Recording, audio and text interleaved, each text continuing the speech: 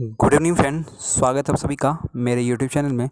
तो आज के इस ऑडियो क्लिप पे देखेंगे टॉपिक स्वतंत्रता के पूर्व एवं पश्चात की जानकारी। तो चलिए बिना समय जांच किए शुरू करते हैं। प्रारंभिक शिक्षा का कार्य किसी न किसी रूप में होता चला आ रहा है। सभ्यताओं के विकास के साथ साथ प्रारंभिक शिक्षा के लिए विद्यालय स्थापित किए गए।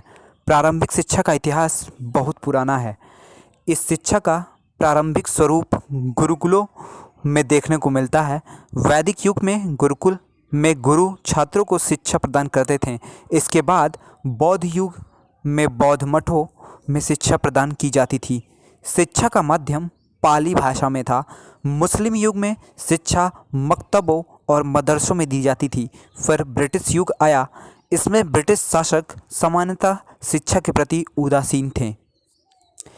ईस्ट इंडिया कंपनी का भारत आगमन का मुख्य उद्देश्य व्यापार और धर्म प्रचार करना था, लेकिन धीरे धीरे देश के पर्याप्त भूभाग पर राजनीतिक रूप से उसका कब्जा हो गया।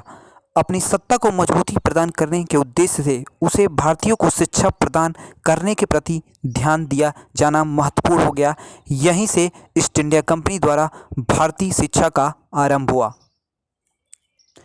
1765 तक कंपनी की शिक्षा नीति प्राथमिक शिक्षा देने तक सीमित रही, किंतु उसके उपरांत उसकी शिक्षा नीति में परिवर्तन हुआ और उच्च शिक्षा की संस्थाएं स्थापित की गईं।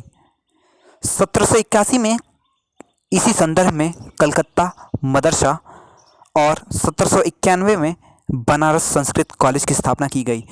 इन कॉलेजों का मुख्य उद्देश्य था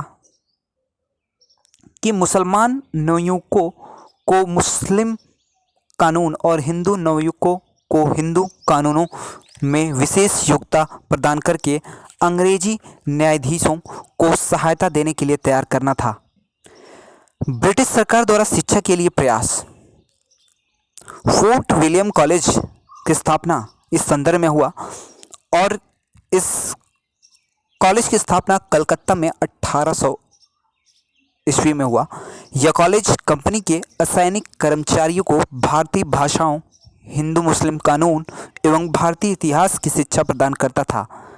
इसी संदर्भ में पूना संस्कृत कॉलेज की स्थापना 1818 में हुई थी। इसी के साथ यह टॉपिक स्वतंत्रता के पूर्व एवं पश्चात की जानकारी समाप्त होता है।